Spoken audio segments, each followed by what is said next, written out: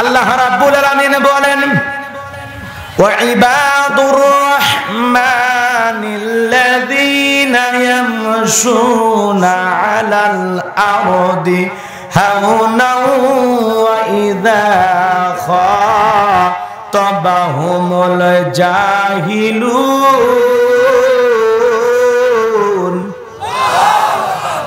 ওয়া ইযা খাতাবাহুমুল জাহিলুনা ক্বালু সালামা।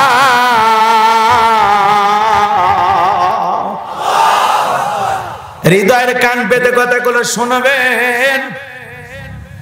এই দুনিয়াতে আপনি আমি সবাই কার বান্দা? জোরে বলেন কার বান্দা? আল্লাহর আরেকটা নাম আছে, কি নাম? রহমান। জোরে বলেন কি নাম? আল্লাহর নাম কি? আর রহমান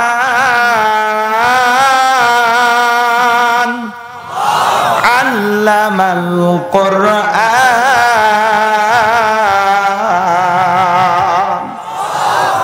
আল্লাহর নাম রহমান। জোরে বলেন কি নাম? আরেকটি সূরার ভিতরে আল্লাহ রাব্বুল আলামিন বলেন আর রহমানু আলাল আরশি ইস্তাওয়া। আল্লাহর নাম রহমান, তিনি থাকেন আরো। জোরে বলেন কোন জায়গায়? আরশে। তাহলে আল্লাহর নাম রহমান, আমরা সবাই বুঝি তো। আর দুনিয়াতেও রহমান আছে, কিন্তু একই রহমান আব্দুর রহমান। জোরে বলেন কি রহমান? আব্দুর রহমান। যে কোনো লোকের নাম যদি এরকম খালেক হয়, মালেক হয়, সাত্তার হয়, আজকের মাহফিল সভাপতি, আপনি আমার মন খারাপ করেন না বাজার, এগুলো সব হলো কার নাম? আল্লাহর নাম। এই জন্য এই নামগুলো যদি বান্দার হয় তাহলে সেই জায়গায় প্রথমে যোগ করতে হবে আব্দ, আব্দুর রহমান, আব্দুস সালাম, আব্দুল খালেক। কথা বলেন ঠিক কিনা? আব্দ দাস, গোলাম, বান্দা। কথা বলেন ঠিক কিনা? সম্মানিত ভাইরা আমার, আল্লাহ রাব্বুল আলামিন তার আদরের বান্দাদের জন্য স্পেশাল কিছু গুণাবলী নিয়ে আলোচনা করেছেন। রহমানের বান্দা কারা, তাদের কি কি গুণাবলী থাকা লাগবে, আল্লাহ রাব্বুল আলামিন সূরা ফুরকানের ভিতরে সুন্দর করে জানায়া দিয়েছেন। বলুন আল্লাহু আকবার। আল্লাহর নাম রহমান, তার বান্দা কারা হবে, আর রহমানের বান্দা হতে গেলে কি কি গুণাবলী আমাদের থাকা লাগবে, সেই কথাগুলো আল্লাহ রাব্বুল আলামিন এই সূরার ভিতরে সুন্দর করে বলে দিয়েছেন। জোরে বলুন আল্লাহু আকবার। এখন সহজ একটা কথা আপনাদেরকে উদাহরণ দিয়ে বোঝানোর জন্য বলতেছি, কেউ কিছু ভাববেন না, মনেও করবেন না। বোঝা গেল? এটা উদাহরণ দেওয়ার জন্য শুধুমাত্র বলতেছি। এখানে কোনো দলকেও টার্গেট করে না, কোনো জাতিকেও টার্গেট করে না। কথা বলেন, বোঝা গেল? মনে করেন একটা মার্কার নাম হলো বাঙ্গি। কি মার্কা? বাঙ্গির। আপনি সারাদিন মিছিল করতেছেন, মার্কারে মার্কা, বাঙ্গি মার্কা। বাঙ্গি মার্কায় দিলে ভোট, শান্তি পাবে দেশের লোক। কথা কন্যাকে এরকম বলে না, অমুক ভাইয়ের দুই নয়ন এলাকাবাসীর উন্নয়ন, যাকে ডাকলে কাছে ভাই সেই তোমাদের বল্টু ভাই। বল্টু ভাইয়ের মার্কা বাঙ্গি মার্কা। কথা বলেন না কেন? 2023 সাল বাঙ্গি মার্কার বিজয়ের কাল। এই যে সারাদিন স্লোগান দিয়া রাতের বেলায় এই যে একটা বাজার আছে, বাজারের নাম কি? সাবাই হাট। এই সাবাই হাটে মনে করেন তরমুজ পার্টির অফিস আছে। কোন পার্টি? আরো জোরে কোন? তরমুজ পার্টির অফিস আছে। সারাদিন বাঙ্গি মার্কার মিছিল কইরা আপনি যদি তরমুজ পার্টির অফিসে চা খাইতে যান, খাইতে দেবে, বসতে দেবে? জোরে বলেন। ও সবাই বলবে এই বাটা তুমি তো বাঙ্গি মার্কার লোক, এটা হলো তরমুজ পার্টির অফিস, এখানে তোমার চা খাওয়া চলবে না, এখানে দাঁড়িয়ে থাকা চলবে না, যাও। তোমার দল আলাদা, আমাদের দল আলাদা। চা খাইতে চাইলেও তরমুজ পার্টির অফিসে বাঙ্গি পার্টির লোকের চা খাওয়া ভাগ্যে জুটবে না। কথা কোন ঠিক কিনা? এ বাজানো আমার, ওই জায়গায় যদি বাঙ্গি মার্কার লোক বেশিক্ষণ দাঁড়ায় থাকতে চায়, তরমুজ পার্টির লোক হুমকি দিয়ে বলবে বেশিক্ষণ যদি দাঁড়ায় থাকো মামলা দিয়া হাসায় দেব। কথা কর না কেন?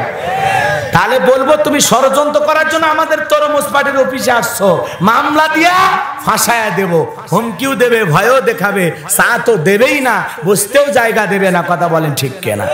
হুজুর এই কথা কেন বললেন? কারণ হলো শোনেন, দুনিয়াতে আপনি আল্লাহকে বাদ দিয়া রহমানের বান্দা না হইয়া সারাটা জীবন যদি আপনি শয়তানের পথে গোলামি করেন, শয়তানের দেখানো পথ মত অনুসরণ করেন, হারাম উপার্জন করেন, হারাম পথে জীবনটাকে পরিচালিত করেন, অবৈধ পথে পরিচালিত করেন, গুনাহ করে নিজের জীবনটাকে আপনি যদি শেষ করে দেন, হালাল হারামের তোয়াক্কা করলেন না, মন দুনিয়াতে যা চাইলো সব আপনি করলেন, অকাম বদকাম যা আছে দুনিয়াতে সব করলেন, শয়তানের ওয়াসওয়াসায় পইরা দুনিয়ার এমন কোনো খারাপ কাজ নাই যা আপনি করলেন না।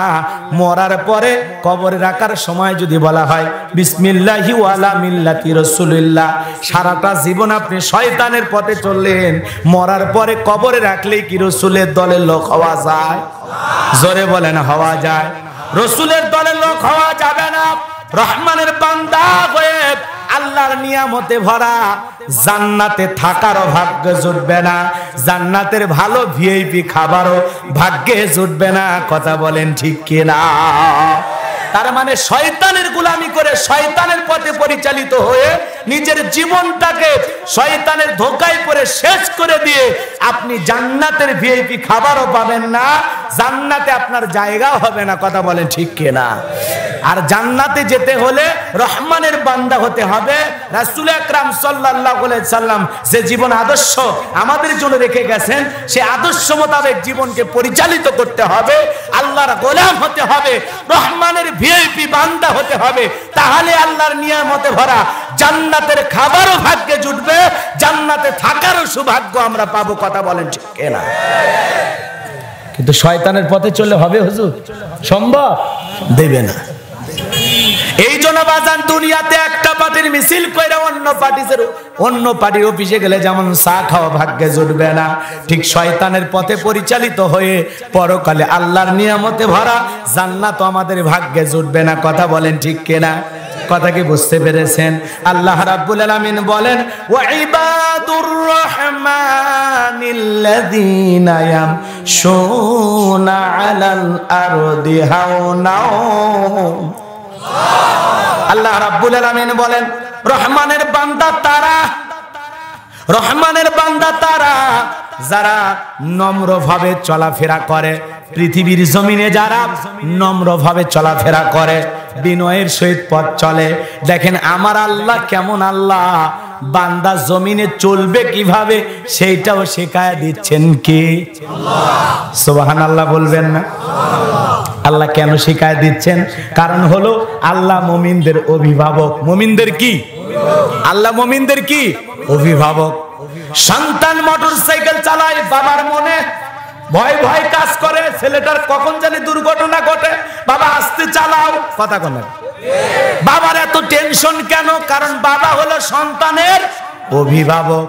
ছোট্ট বাচ্চা পানি নিয়ে খেলা করে, মা দুশ্চিন্তা করে বাবা পানি নিয়ে খেলো না, এই পানি যেমন মজা দেয়, যদি তুমি ছোট্ট বাচ্চা পানিতে পড়ে যাও মুহূর্তের মধ্যে লাশ হয়ে যাবা, তুমি দৌড়ঝাঁপ কইরো না, পানি নিয়ে খেলো না। ছেলেটা দুতলা ছাদের উপরে চইরা লাফালাফি করে, মা বলে বাবা লাফালাফি কইরো না, একবার যদি নিচে পড়ে যাও তোমারে আর খুঁজে পাবো না। মার এত দুশ্চিন্তা কেন? কারণ মা হলো সন্তানের অভিভাবক। বাবার এত টেনশন কেন? বাবা সন্তানের অভিভাবক। আমার আল্লাহ হলেন মুমিনদের অভিভাবক। সে আল্লাহ পাক জানা দিলেন। আল্লাহ রাব্বুল আলামিন বলেন, রহমানের বান্দা তারা যারা জমিনে নম্রভাবে চলাফেরা করবে, বিনয়ের সহিত চলাফেরা করবে, ভদ্রভাবে চলাফেরা করবে। চলাফেরাটা কেমন হবে?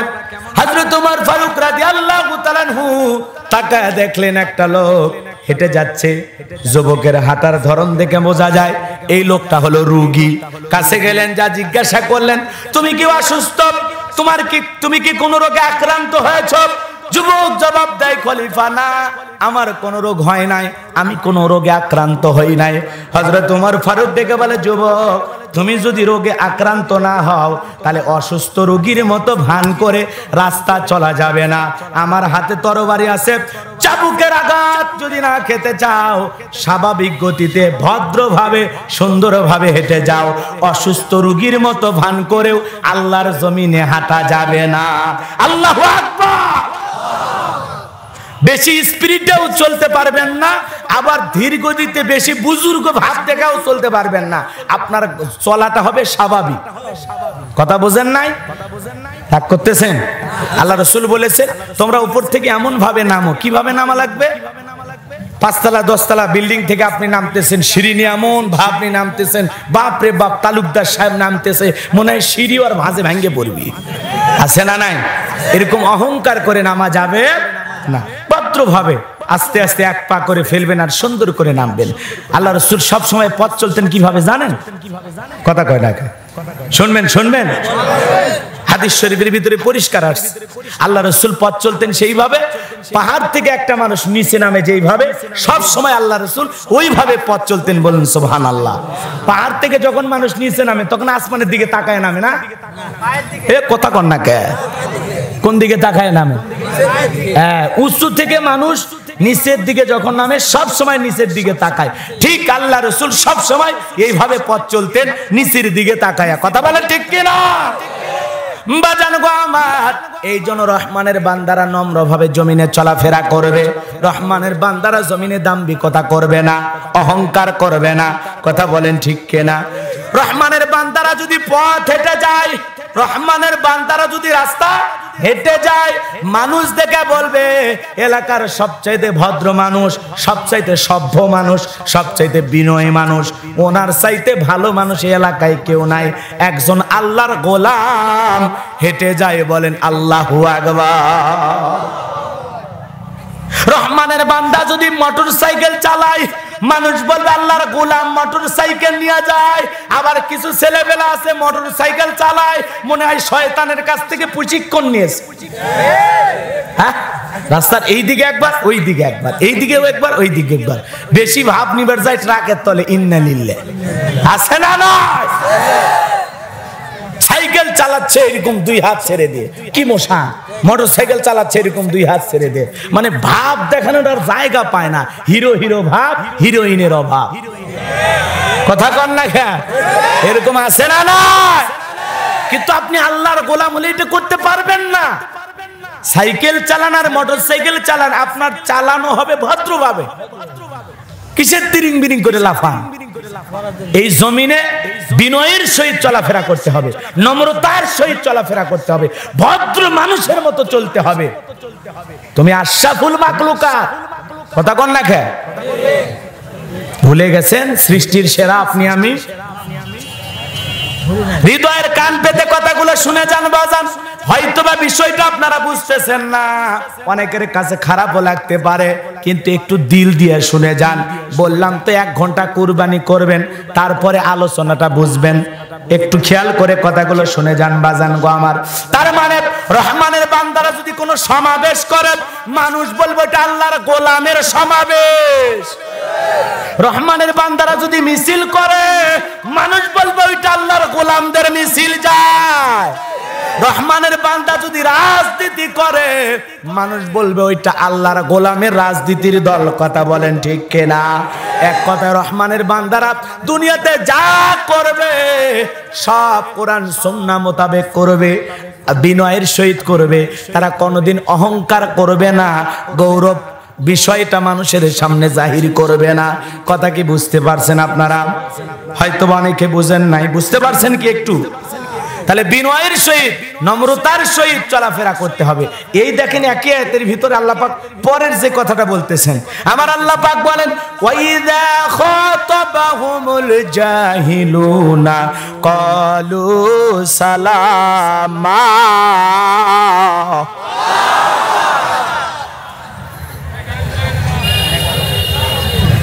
ভাই আদা দিয়েছেন, 1 ঘন্টা থাকা লাগবে, যাইন না।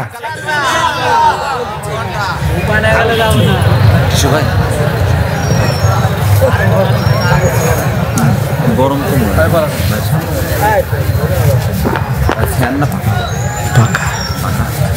আল্লাহ আলহামদুলিল্লাহ আসছে, আলহামদুলিল্লাহ বলেন। বাজান গো আমার হৃদয়ের কান পেতে কথাগুলো শোনেন। ওয়াইদা খাতাবাহুমুল জাহিলুনা ক্বালু সালামা। 1 ঘন্টা চাইছিলাম, 1 ঘন্টা, এই যে বিদ্যুৎ চলে গেল, এই সুযোগে 8-10 জন উঠে চলে গেল। এই ফাঁকি দিয়ে লাভ আছে?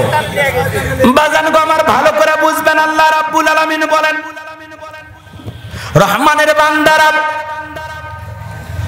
তারা যখন ভালো করে বোঝেন জমিনে নম্রভাবে চলাফেরা করবে, তাদের সামনে যখন অজ্ঞ লোকেরা, মূর্খ লোকেরা, জ্ঞানহীন লোকেরা তর্ক করবে, বাজে ব্যবহার করবে, খারাপ আচরণ করবে, রহমানের বান্দারা অজ্ঞ লোক, জ্ঞানহীন লোক, মূর্খ লোক তাদের সাথে তর্কে জড়াবে না। তারা গালি দিলেও রহমানের বান্দারা তাদেরকে পাল্টা গালি দেবে। জোরে বলেন দেবে। তারা কি করবে? ক্বালু সালামা। রহমানের বান্দাদের সাথে খারাপ ব্যবহার করলেও তারা তাকে উল্টো সালাম দিবে, আসসালামু আলাইকুম বড় ভাই, আপনার মেজাজটা মনে হয় আজকে খারাপ, আপনার ব্যবহার যাই হোক আজকে আগের মতো লাগতেছে না, আপনি একটু খেপে গেছেন, রেগে গেছেন, আপনি থাকেন, আজকে আমি আপনার কাছ থেকে কোনো গল্প শুনতে চাই না, আমি আজকে আপনার সাথে কোনো ঝগড়ায় লিপ্ত হতে চাই না, আপনার মেজাজ ঠান্ডা হলে আমি আসবো। ওই লোকটা আপনাকে যতই গালিগালাজ করুক, যতই খারাপ ব্যবহার করুক, আপনি তাকে পাল্টা গালি দেবেন না, কারণ আপনি কার বান্দা? রহমানের বান্দা। জোরে বলেন কার বান্দা? আরো জোরে বলেন রহমানের বান্দা। কার বান্দা? মনে করেন আপনি একজন মাস্টার, আপনার ছোট ভাই আছে, সে শিক্ষিত না, ও রিক্সা চালক বা ভ্যান চালক, আপনার বাড়িতে এসে আপনারে যা খুশি মুখে যা আসতেছে একটাও ফিরাচ্ছে না, অকাত্য ভাষায় গালিগালাজ করতেছে, কিন্তু আপনি তো শিক্ষিত মানুষ, আপনি তো জাতির রাহবার, আপনি তো বিশিষ্ট শিক্ষাবিদ, আপনি একজন মাস্টার মানুষ হয়া আপনার ছোট ভাই আপনারে গালি দিলেও আপনি পাল্টা গালি দেবেন না, কারণ আপনি শিক্ষিত মানুষ, আপনার ভাই শিক্ষিত না, কারণ আপনি জ্ঞানী মানুষ, আপনার ভাই জ্ঞানী না, সে মূর্খ, সে যা খুশি বলতে পারে, আপনি বলবেন ছোট ভাই মেজাজটা খুবই খারাপ, ঠিক আছে তুমি ঝগড়াঝাটি করো না, আমারে গালিগালাজ করো না, গালি দেয়া হারাম, গালি দেয়া ছোট লোকের কাজ, তুমি এগুলো করো না, আমি তোমার বড় ভাই হয়ে তোমারে সালাম দেই, আসসালামু আলাইকুম ওয়া রাহমাতুল্লাহ, তুমি ভালো থাকো ভাই, তোমার উপরে শান্তি বর্ষিত হোক, আপনি তার সাথে ভালো ব্যবহার করে ওখান থেকে চলে যাবেন, এটাই হলো ইসলামের নিয়ম। কথা বলেন ঠিক কিনা? আর আপনি যদি, আপনারা যদি কেউ গালি দেয়, তোরে দেখে নেব, আমিও দেখে নেব, তোরে ঘুষি মারবো, আমি চাকু ঢুকে দেব, তাহলে কি হবে? এই জন্য আল্লাহ পাক বলতেছেন, ওয়ালা তাস্তাবিল হাসানাতু ওয়ালাস সাইয়্যাহ ইদফা বিল্লাতি হিয়া আহসানু ফাইযাল্লাযী বাইনাকা ওয়া বাইনাহু আদাওয়াতুন কাআন্নাহু ওয়ালিয়্যুন হামীম। সূরা হামীম সিজদার 34 নম্বর আয়াত। আল্লাহ রাব্বুল আলামিন বলেন, ভালো আর মন্দ সমান নয়। ভালো মন্দ সমান? রাত দিন একই? কথা কোন না কে? দিনও যেমন রাতও তেমন? হ্যাঁ, ভালো আর মন্দ সমান হতে পারে? মন্দ সব সময় ভালোর দিকে ডাকে না খারাপের দিকে ডাকে? আর ভালো সব সময় ভালোর দিকে ডাকে। ভালো আর মন্দ কখনো সমান হতে পারে না। কথা বলেন ঠিক কিনা? নেগেটিভ পজিটিভ একই জিনিস। কথা বলেন, এক হইলে অবস্থা ভালো হয় না খারাপ হয়? তো ঠিক ভালো করে বুঝবেন, আল্লাহ পাক বলেন ভালো আর মন্দ সমান নয়। তোমরা যদি মন্দের জবাব ভালো দিয়ে দাও, আমি আল্লাহ বলে দিলাম তোমাদের চরম শত্রুটাকেও তোমাদের পরম বন্ধু আমি আল্লাহ বানায় দেব। বলুন সুবহানাল্লাহ। আপনার দায়িত্ব ভালো ব্যবহার করা। ওই লোক আপনারে গালি দিতে দিতে ওর মুখ ক্লান্ত হইয়া একদিন এসে বলবে, আব্দুল সাত্তার ভাই আপনি মানুষ না গো, আপনি ফেরেশতা, এত খারাপ ব্যবহার আপনার সাথে করি, এত সমালোচনা আপনার করি, এত গালিগালাজ করি, আপনার দিকে এত হিংসা করি, আপনার বিরুদ্ধে এত ষড়যন্ত্র করি, আপনি জীবনে কোনোদিন একটা মুখ খুলে প্রতিবাদ করলেন না, আপনি আসলে মানুষই না, আপনি ফেরেশতা। আপনার ব্যবহার দেখে মানুষ যেন এরকম মন্তব্য করে। এমন জীবন করিও গঠন, মরিলে হাসিবে তুমি কাঁদিবে ভুবন। আপনি মারা গেলে যেন এলাকার মানুষ না বলে যে এলাকার বিখাউস, এলাকার সবচাইতে খাটাসা, এলাকার সবচাইতে বদমাইশ, এলাকার সবচাইতে কুলাঙ্গার, এলাকার ফার্স্ট ক্লাস শয়তান মরছে। কথা কর না কে?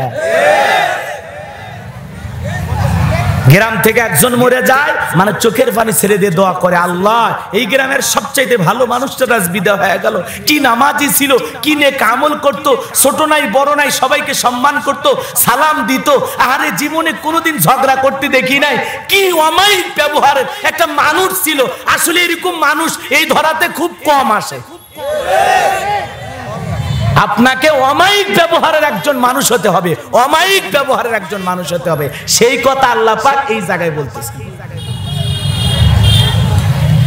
কেউ গালি দিলে আপনি পাল্টা গালি দেবেন না, কেউ শত্রুতা করলে আপনি পাল্টা শত্রুতা করবেন না। আপনার ওই শত্রুকে, আপনার ওই গালি দেওয়া বন্ধুটাকে আল্লাহ আপনার প্রিয় বানায় দেবে, এটা আল্লাহর ওয়াদা। কথা বলেন ঠিক কিনা? তাহলে কথাকে বুঝাইতে পারলাম। এই জন্য বাজান গো আমার, কত মানুষ মারা যায়, মানুষ আলহামদুলিল্লাহ বলে, শয়তানের বিদায় হয়েছে, বদমাইশের বিদায় হয়েছে, খারাপ মানুষের বিদায় হয়েছে। আর কত মানুষ মারা যায় চোখের পানি ছেড়ে দিয়া কাঁদে। কথা বলেন ঠিক কিনা? জুবাইর আহমেদ আনসারী হুজুর মারা গেল, করোনার ভিতরে লাখ লাখ মানুষ জানাজায় অংশগ্রহণ করলো। কথা বলেন ঠিক কিনা? এইভাবে যে দিনের বড় বড় দায়রা যে বিদায় হয়, দেখেন না বাজান, মানুষ চোখের পানি ছেড়ে দিয়া কাঁদে। তার মানে আপনাকে আমাকে বুঝে নিতে হবে, কত মানুষ মারা যায়, জানাজা দেবার মতো ইমাম খুঁজে পাওয়া যায় না, মুসল্লিদের টাকা দিয়া দাঁড় করায় দেওয়া লাগে লাইনে। কথা বলেন ঠিক কিনা? আর কিছু মানুষের ভালোবাসায় মানুষ চোখের পানি ছেড়ে দিয়া শেষ বিদায় জানায়। এই জন্য ভালো করে বুঝা যান বাজান গো আমার, আপনার সাথে খারাপ ব্যবহার করলে আপনি খারাপ ব্যবহার করবেন না। কেউ গালি দিলে আপনি পাল্টা তাকে কি দেবেন? সালাম। কথা কন না কে? কেউ গালি দিলে আপনি কি দিয়ে জবাব দিবেন? আসসালামু আলাইকুম। ভাই আপনার মন ভালো নাই, আমি যাবো আজকে। আপনার কি ভালো নাই? আজকে আপনার মন ভালো নাই, আমি যাই। কথা কি বোঝা গেল? বোঝার চেষ্টা করেন বাজান গো আমার। ছোট্ট একটা কথা এই জায়গায় বললে আরো ক্লিয়ার হবেন। আল্লাহর পয়গাম্বার নাম হলো ইব্রাহিম আলাইহিস সালাম। বাবা ডেকে বলে, আমার নেতার বিরুদ্ধে কথা বলো, নমরুদের বিরুদ্ধে কথা বলো, প্রতিমার বিরুদ্ধে কথা বলো, আজ থেকে এই বাড়িতে তোমার আর থাকা নাই, তুমি এখান থেকে চলে যাও। দূর দূর করে বাড়ি থেকে তাড়ায় দিচ্ছেন বাবা ইব্রাহিম আলাইহিস সালামকে, একজন নবীকে। ইব্রাহিম আলাইহিস সালাম বাবা যখন বলল আজ থেকে আমার বাড়িতে তোমার থাকা হবে না, তুমি এখান থেকে দূর হয়ে যাও, ইব্রাহিম আলাইহিস সালাম তখন আল্লাহর কাছে হাত তুলে দোয়া করে বললেন, আল্লাহ আমার বাবাকে আপনি হেদায়েত দান করেন। আর বাবা আমি আজ থেকে চলে গেলাম, তোমাদের উপরে শান্তি বর্ষিত হোক। বাবার জন্য হেদায়েতের দোয়া করলেন, শান্তির দোয়া করে গেলেন, বাবার উপরে রহমত বর্ষিত হোক সেই দোয়া করলেন। বাড়ি থেকে ছেলেকে তাড়ায়া দেয়, আর বাবা ছেলের জন্য কি করে? ছেলে বাবার জন্য দোয়া করে। এখনকার ছেলেরা কি এরকম করবে? বাবা যদি বলে দূর হয়ে যা, ও তখন বাবারে নিয়ে বাড়ি থেকে বের করে বলবে, তোমার বয়স বেশি হয়ে গেছে, বেশি দিন বাড়িতে ঘুমাইছে, তো এখন একটু তোমার কষ্টের দরকার, যা বাড়ি থেকে তাড়ায়। আছে না নাই? জোরে বলেন আছে না নাই? কত লোকের টাকা পয়সা সম্পদ আছে, শুধুমাত্র এই সম্পদগুলো বাড়ির লোকজনকে লিখে দেওয়ার কারণে আজকে সেই লোক ফুটপাতে ফকিরের মতো জীবন যাপন করে। কথা বলে ঠিক কিনা? এক সময় অনেক টাকা পয়সা সম্পদ ছিল আর সব শেষ, এরকম অবস্থা আছে না? এই জন্য বাজান গো আমার, ভালো আচরণ করতে হবে, ভালো আচরণ করতে হবে, আমাদের ব্যবহারটা সুন্দর হওয়া লাগবে। রাজি আছেন তো ইনশাআল্লাহ? তাহলে আপনাকে কেউ গালি দিলে আপনি পাল্টা গালি দেবেন না, কেউ খারাপ ব্যবহার করলে আপনি খারাপ ব্যবহার করবেন না, কেউ রাগারাগি করলে আপনি পাল্টা রাগারাগি তার সাথে করবেন না, কারণ আপনি রহমানের বান্দা। কথা বলেন ঠিক কিনা? তাহলে রহমানের বান্দা হতে গেলে বিনয়ী হওয়া লাগবে, নম্রতা ভদ্রতা ভিতরে থাকতে হবে। কাউকে গালিগালাজ করা যাবে না, অশ্লীল কথা বলা, গালিগালাজ করা জায়েজ না, হারাম। গালি দেওয়া কি? আরো জোরে বলেন কি? এই বাজান গো আমার, এরপরে রহমানের বান্দাদের আরো কি গুণাবলী আল্লাহ রাব্বুল আলামিন বলেন, ওয়াল্লাযীনা ইয়াবিতুনা লিরাব্বিহিম সুজদাও ওয়া কিয়ামা।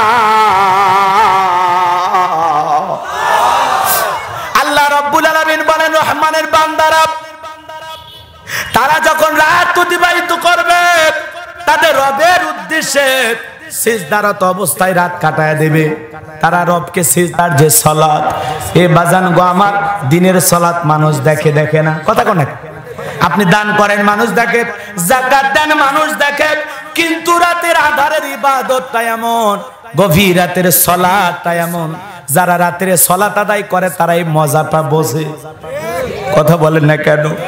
এ বাজান গো আমার, রহমানের বান্দারা রাত্রি জাগরণ করে, রাত যখন 12টা পার হয়ে যাবে, 1টা 2টার দিকে প্রিয়তমা স্ত্রীকে চেপে ধরে ঘুমাচ্ছেন, আরামের বিছানায় আপনি ঘুমাচ্ছেন, এসি রুমের ভেতরে ঘুমাচ্ছেন। রহমানের বান্দারা রাত যখন গভীর হবে, ওই আরামের ঘুম থেকে ওইটা সুন্দর করে ওযু বানাইয়া যাই নামাজটা পাইরা রাত্রি 2টার দিকে একা একা দাঁড়াইয়া যে সালাত আদায় করতেছে, এই সালাত কোনোদিন মানুষের জন্য নয়, এই সালাত কোনোদিন লোক দেখানোর জন্য নয়, এই সালাত কেবলমাত্র আল্লাহ রাব্বুল আলামিনকে খুশি করার উদ্দেশ্যে। কথা বলেন ঠিক কিনা? এই সিজদা একমাত্র আল্লাহকে পাওয়ার জন্য। কথা বলে, এই জন্য রাত অতিবাহিত করে রহমানের বান্দারা। আপনার বিবি ঘুমাচ্ছে টের পাচ্ছেন, আপনার সন্তান ঘুমাচ্ছে টের পাচ্ছেন না, রহমানের বান্দারা রাত অতিবাহিত করবে সিজদা দিয়া। কাকে? আরো জোরে বলেন কাকে? আল্লাহকে সিজদা দিয়ে রাত কাটানোর দরকার আছে না? না। আহমা জানগো আমার, কেমন আল্লাহ পাইছি যে আল্লাহ পাক প্রথম আসমানে আইসা ডেকে বলে, কে আছো গুনাহগার, আমি আল্লাহর কাছে গুনাহ মাফ চাও, আমি তোমাদের গুনাহগুলো মাফ করে দেব। দুনিয়াতে পুলিশ অপরাধী খোঁজে শাস্তি দেওয়ার জন্য, জেলখানায় দেওয়ার জন্য, উত্তম মাধ্যম পেটন দেওয়ার জন্য। আর আমার আল্লাহর এত দয়া, আমার আল্লাহ তার গুনাহগার বান্দাদের খোঁজে তাদের গুনাহ সমূহ মাফ করে দেওয়ার জন্য। বলুন সুবহানাল্লাহ। আমার আল্লাহর কত দয়া, কত মায়া। সারাটা জীবন ঘুমায়া কাটাইলেন, আল্লাহকে সিজদা দিয়ে রাত কাটাইতে পারলেন না। আপনার চাইতে কপাল পোড়া কেউ নাই। রাত অতিবাহিত করতে হবে সিজদা দিয়ে। কাকে? যুবক, এমন এক মালিকের প্রেমে পাগল হয়ে যাও, যার সাথে প্রেম করলে জীবনে ব্যর্থতা নাই, খালি সফলতা সফলতা। কথা বলে ঠিক কিনা? যে মালিকের সাথে প্রেম করলে যন্ত্রণা হবে না, কষ্ট হবে না, যে মালিক কখনো তোমারে ফেরাইয়া দেবে না, ওই গভীর রাতে উইটা আমরা সিজদা দিয়ে আল্লাহ রাব্বুল আলামিনকে বলবো, ওয়াল্লাযীনা ইয়াকুলুনা রাব্বানা সরিফ আন্না আযাবা জাহান্নাম ইন্না আযাবাহা কানা গরামা।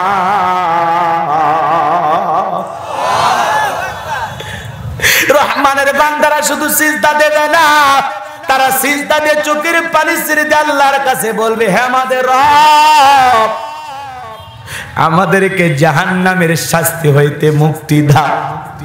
যেই জাহান্নামের শাস্তি নিশ্চিত ধ্বংস ছাড়া আর কিছুই নয়, ওই জাহান্নামের শাস্তি হইতে আমাদের মুক্তি দাও। তাহলে রহমানের বান্দারা রাত্রি জাগরণ করে আল্লাহকে সিজদা দিয়া সালাত আদায় করার মাধ্যমে চোখের পানি ছেড়ে দিয়ে আল্লাহর কাছে কেঁদে বলবে, রব্বানা সরিফ আন্না আযাবা জাহান্নাম ইন্না আযাবাহা কানা গরামা। আল্লাহ আমাদের জাহান্নামের শাস্তি হইতে মুক্তি দান করুন। আল্লাহ আমাদের সবাইকে জাহান্নামের শাস্তি হইতে মুক্তি দান করুন। সকলে বলুন আমিন। আল্লাহ ওই জাহান্নামের শাস্তি ধ্বংস ছাড়া আর কিছুই নয়। বাজান গো আমার, বলেন তো এই জাহান্নামের আযাব থেকে মুক্তি পাওয়ার জন্য আল্লাহর কাছে দোয়া করার দরকার আছে না নাই? সারাটা দিন ব্যস্ত সময় কাটায়া দেই, রাত্রি বেলায় যদি 2 রাকাত নামাজ 1 ঘন্টার মধ্যে পড়ি, সমস্যা আছে। কারণ রাতের নামাজ এমন একটা নামাজ, ওইটা লোক দেখানোর জন্য হয় না, ওটা মাওলার প্রেমে রাত্রি জাগরণ করে মুমিনেরা আদায় করে। কথা বলেন ঠিক কিনা? এজন্য আল্লাহ বলেন রহমানের বান্দারা দিনের বেলায় ব্যবসা বাণিজ্য করবে, দিনের বেলায় কৃষিক্ষেত্রে কাজ করবে, রাত যখন হয়ে যাবে ওয়াল্লাযীনা ইয়াবিতুনা লিরাব্বিহিম সুজদাও ওয়া কিয়ামা, তারা রাত্রি জাগরণ করে আমি আল্লাহকে সিজদা দিয়ে কাটায় দেবে, নামাজের মধ্যে দাঁড়ায় কাটায় দেবে। আর তারা শুধু নামাজ পড়বে না, তারা শুধু দাঁড়ায় থাকবে না, ওই সময় তারা বলবে ওয়াল্লাযীনা ইয়াকুলুনা লিরাব্বিহিম সুজদাও ওয়া কিয়ামা। এই কথা বলার পরে ওরা বলবেন আল্লাযীনা ইয়াকুলুনা রাব্বানা আসরিফ আন্না আযাবা জাহান্নাম ইন্না আযাবাহা কানা গরামা। আল্লাহ, হে আমাদের রব, আমাদেরকে জাহান্নামের আগুন থেকে মুক্তি দাও। বলেন তো বাজার, ওই জাহান্নামের আগুন থেকে মুক্তি চাওয়ার দরকার আছে না? না। জীবনে কত নামাজ আদায় করলাম, 10টা মিনিটও জাহান্নামের জন্য কাঁদলাম না। কথা কর না কে? জীবনে কত নামাজ আদায় করলাম, জীবনে কোনোদিন সিজদা দিয়ে জাহান্নামের আযাব থেকে মুক্তি চাইলাম না। চাইছি? কথা বলেন না কেন? এর সংখ্যা খুব কম মানুষ। কথা বলেন ঠিক কিনা? এ বাজান গো আমার, ওই জাহান্নামের আগুন থেকে আল্লাহর কাছে মুক্তি চাওয়া লাগবে, কারণ ওই জাহান্নাম বড় কঠিন জায়গা। বিচার দিবসে মানুষের যখন বিচার হয়ে জান্নাতীরা জান্নাতে চলে যাবে, জাহান্নামীরা যখন জাহান্নামে চলে যাবে, বছরের পর বছর কেটে যাবে, ওই জাহান্নামে আল্লাহর বান্দারা চিৎকার মেরে কেঁদে বলবে ইয়া হান্নান ইয়া মান্নান ইয়া হান্নান ইয়া মান্নান। আল্লাহ জিবরাইলকে বলবে জিবরাইল, আমার বান্দা ইয়া হান্নান ইয়া মান্নান বলে জাহান্নামের ভিতরে ডাকে, যা যা আমার ওই বান্দাটাকে বের করে নিয়ে আয়।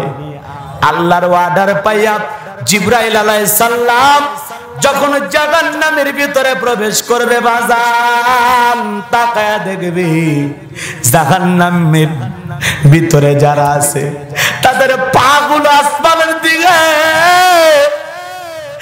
মাথা জমিনের দিকে ওপর কইরে রেখে দেওয়া হয়েছে জাহান্নামের ভিতরে। তাকায় দেখবে শুধু যন্ত্রণার চিৎকার, যন্ত্রণার চিৎকার। ইয়া হান্নান কে বলে, ইয়া মান্নান কে বলে বুঝতে পারলেন না, ফিরে চলে গেলেন আল্লাহর কাছে। আল্লাহ দেখে বলে জিবরাইল কই আমার বান্দা আনো নাই? বলে না আল্লাহ পাইলাম না। আল্লাহ দেখে বলে যাও জাহান্নামের ফেরেশতা মালিক রে জিজ্ঞাসা করো, বলে দেবে যাও। এইবারে যা মালিক ফেরেশতাকে বলবে ইয়া হান্নান ইয়া মান্নান বলে কে চিৎকার মারে, দেখা দেবে ওই যে আল্লাহর একজন বান্দা ইয়া হান্নান ইয়া মান্নান বলে চিৎকার মারে। জিবরাইল বলবে আসো, বের হয়ে আসো। ওই লোকটাকে জাহান্নাম থেকে বের করে নিয়ে আল্লাহর সামনে নিয়ে যাওয়া হবে। আল্লাহর সামনে যখন নিয়ে যাওয়া হবে, আমার আল্লাহ রাব্বুল আলামিন আলিমুম বিযাতিস সুদূর ইন্নাল্লাহা খাবীরুম বিমা তা'মালুন। সব খবর আমার আল্লাহ জানে, গোপনের খবর আল্লাহর কাছে আছে, প্রকাশের খবর আল্লাহর কাছে আছে, জাহান্নামের খবর আল্লাহর কাছে আছে, জান্নাতের খবর আল্লাহর কাছে আছে। আল্লাহ রাব্বুল আলামিন জানার পরেও তার বান্দাকে ডেকে বলবে বান্দা জাহান্নামকে তুমি কেমন পাইছো? তোমার আবাস ভূমি হিসাবে জাহান্নাম তুমি কেমন পাইছো? এই কথা যখন বলা হবে, আল্লাহর বান্দা চোখের পানি ছেড়ে দিয়া কাঁদবে আর বলবে আল্লাহ আপনি জানার পরেও আমারে জিজ্ঞাসা করেন জাহান্নামের আযাব কেমন, জাহান্নাম কেমন, আপনি আমারে জিজ্ঞাসা করেন।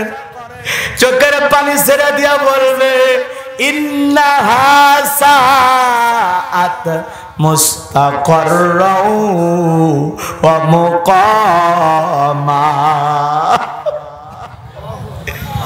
আয়াতের অর্থ তো বুঝলেন না?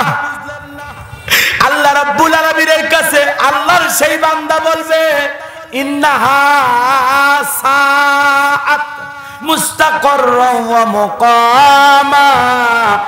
নিশ্চয় আশ্রয়স্থল হিসাবে, বসতির জায়গা হিসাবে ওই জায়গার নাম কত না নিকৃষ্টতম স্থান। ও আল্লাহ, ওই জায়গার নাম সুখের জায়গা না, অশান্তির জায়গা, ভালো থাকার জায়গা না, যন্ত্রণার জায়গা।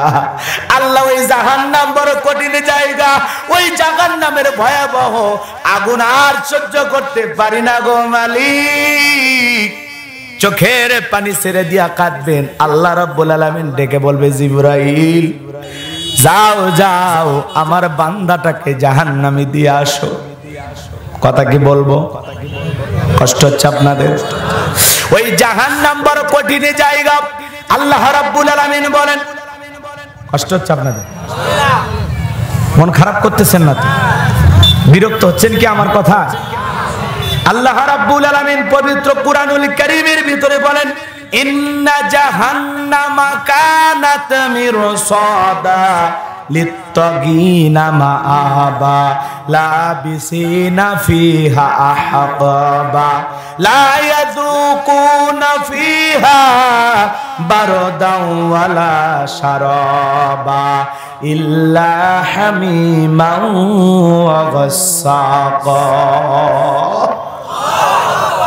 আল্লাহ রাব্বুল আলামিন বলেন, নিশ্চয়ই জাহান্নাম ওত পেতে রয়েছে আল্লাহর অবাধ্য নাফরমান গুনাহগার বান্দাদের ধরার জন্য। এটা হলো অপরাধীদের থাকার আবাসস্থল। এখানে তারা যুগের পর যুগ থাকবে।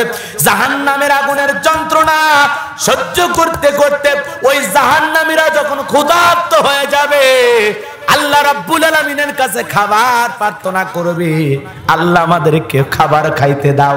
জাহান্নামের তলদেশে এক ধরনের ফলের চাষ করা হয়, ওই ফলের নাম হলো জাক্কুম, কাঁটাযুক্ত ফল। জাহান্নামীরা যখন বারবার বলবে, আল্লাহ খাবার দাও খাবার দাও, তখন জাহান্নামীদেরকে ওই কাঁটাযুক্ত ফল খাইতে দেওয়া হবে। হাতে ফল পাওয়া মাত্রই জাহান্নামের যখন গলার ভিতরে দিবে, ওই ফলটা কাটা হওয়ার কারণে গলার মাঝে আটকে যাবে, ভিতরেও যাবে না, বাহিরেও আসবে না। জাহান্নামীরা গলা নাড়াচাড়া করবে আর ওই ফলের কাঁটাগুলো বারবার ফুটবে। যত গলা নাড়াচাড়া করবে তত জাহান্নামীদের গলার ভিতরে ওই কাঁটাগুলো ফুটবে। যন্ত্রণায় কেঁদে বলবে, আল্লাহ এ কেমন ফল খাওয়াইতে দিলাম মালিক। ভিতরেও যায় না, বাহিরেও আসে না, বড় কষ্ট হয়, বড় যন্ত্রণা হয়। ও আল্লাহ, আর সহ্য করতে পারি না, আমাদেরকে পানি দাও পানি দাও। ওই জাহান্নামীরা যখন চিৎকার মেরে পানি পানি বলে আল্লাহর কাছে ডাক দেবে, আমার আল্লাহ পাক বলেন, লা ইয়াযুকুনা ফিহা বারদাও ওয়ালা শারাবা। তাদেরকে মিনারেল ওয়াটার দেওয়া হবে না, ঠান্ডা কোনো পানি দেওয়া হবে না, এমন কোন পানি দেওয়া হবে না সেই পানিটা পান করে জাহান্নামী তার তৃষ্ণা নিবারণ করতে পারে, যন্ত্রণা নিবারণ করতে পারে, জ্বালা মিটাইতে পারে।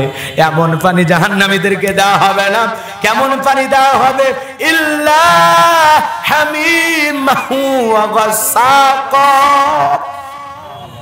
এমন উত্তপ্ত ফুটন্ত গরম পানি যা পুষ ব্যতীত কিছুই নয়। ওই পুষওয়ালা রক্তাক্ত গরম পানি, ওই উত্তপ্ত গরম পানি যখন জাহান্নামীদেরকে পান করাইতে দেওয়া হবে, ওই পানিটা পান করা মাত্র জাহান্নামীদের লারি বুলিগুলো গলে গলে পড়বে। যন্ত্রণা কারে বলে রে বাজান, বুঝানো বড় কঠিন হয়ে যায়। ওই জাহান্নামের আগুন দুনিয়ার আগুনের চাইতে ৭০ গুণ পাওয়ার বেশি। হযরতে আবু হুরায়রা রাদিয়াল্লাহু তাআলা বর্ণিত, বিশ্বনবী মুহাম্মদ রাসূলুল্লাহ সাল্লাল্লাহু আলাইহি সাল্লাম বলেন, আল্লাহ পাক জাহান্নামকে ১০০০ বছর জ্বালাইয়া জাহান্নামের আগুনের কালার সাদা, আবার ১০০০ বছর জ্বালায়া জাহান্নামের আগুনের কালার হলো লাল বর্ণ, আবার ১০০০ বছর জ্বালায়া জাহান্নামের আগুনের কালার হয়েছে কৃষ্ণ বর্ণ, অন্ধকার রাত্রির মতো কালো। ওই জাহান্নামের আগুন দেহটাকে পুরো চারকার করে দেবে। সবচাইতে কম শাস্তি যেই জাহান্নামীকে দেওয়া হবে, পায়ে জাহান্নামের এক জোড়া স্যান্ডেল পরে থাকবে। ওই স্যান্ডেল পরার কারণে মাথার মগজ টকবক করে গলে গলে পড়ে যাবে। জাহান্নামীরা যখন জাহান্নামের এই পুষ উত্তপ্ত পানি পান করবে, দেগের গোশতগুলো খসে খসে পড়বে, সহ্য করা যাবে না বাজান। এই জন্য রহমানের বান্দারা রাত্রি জাগরণ করে শুধু আল্লাহকে সিজদায় দেবে না, চোখের পানি ছেড়ে দিয়ে বারবার বলতে হবে, রব্বানা সরিফ আন্না আযাব জাহান্নাম ইন্না আযাবাহা কানা গরামা। ও মালিক, জাহান্নামের শাস্তি বিদূরিত করুন, আমাদের কাছ থেকে দূরে রাখুন। ওই জাহান্নামের শাস্তি বিনাশ ছাড়া আর কি। ওই জাহান্নামের আগুন থেকে কাদার মতো আল্লাহ আমাদের দুইটা চোখ দাও, যেই চোখ দিয়ে আমরা জাহান্নামের আগুনের ভয়ে কাঁদবো, এমন দুইটা চোখ দাও গো মালিক, যেই দুইটা চোখ দিয়া গুনাহ থেকে বাঁচার ভয়ে কাঁদবো, এমন দুইটা চোখ দাও মালিক। ও মালিক, দাও না এমন দুইটা চোখ। দিলটা পাচানো হয়ে গেছে দুনিয়া রং লীলা দেইকা, দুনিয়া রঙ্গমঞ্চ দেইকা, আজকে আপনি ওই পাষাণ হয়ে গেছি, চোখের ভিতরে পানি নাই। জাহান্নামের ভয়ে কাঁদি না, সিজদা দিয়া কাঁদি না, আল্লাহর কাছে কখনো এমনটা বলি না, মালিক জাহান্নামের আগুন থেকে মুক্তি দাও, জাহান্নামের আযাব সহ্য করতে পারবো না। জিবরাইল এসে বলে, নবী ও নবী, 2 ফোঁটা চোখের পানি জাহান্নামের আগুনকে নিভায়া দিতে পারে, বলুন সুবহানাল্লাহ। এরপরে বললেন, নবী, আল্লাহর কোন বান্দা যদি আল্লাহর ভয়ে 2 ফোঁটা চোখের পানি ঝরাইতে পারে, ওই 2 ফোঁটা চোখের পানি তার জাহান্নামের আগুনকে নিভায়া দেবে। তাহলে বলেন তো বাজানে, সেই জাহান্নামের আগুনের ভয় থেকে মালিকের কাছে কাদার দরকার আছে না নাই? জোরে বলে, দরকার আছে না না? 2 হাত তুলে আল্লাহর কাছে বলবেন, আল্লাহ এমন 2টা চোখ দাও, যেই 2টা চোখ তোমার ভয়ে কাঁদবে, এমন 2টা চোখ দাও, যেই 2টা চোখ কবরের আযাবের ভয়ে কাঁদবে, এমন 2টা চোখ দাও, যেই 2টা চোখ বিচার দিবসে তোমার সামনে জবাব দিতে হবে, সেই ভয়ে কাঁদবে, এমন 2টা চোখ দাও, যেই 2টা চোখ রাতের আধারে তোমারে সিজদা দিয়া জায়নামাজ কেঁদে কেঁদে ভিজায়া দেবে, এমন 2টা চোখ আমাদেরকে দাও আল্লাহ, যেই চোখ দিয়া তোমার ভয়ে আমরা অশ্রু ঝরাইতে পারবো।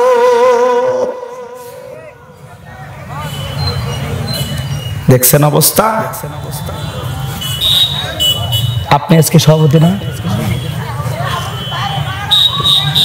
ইনি একজন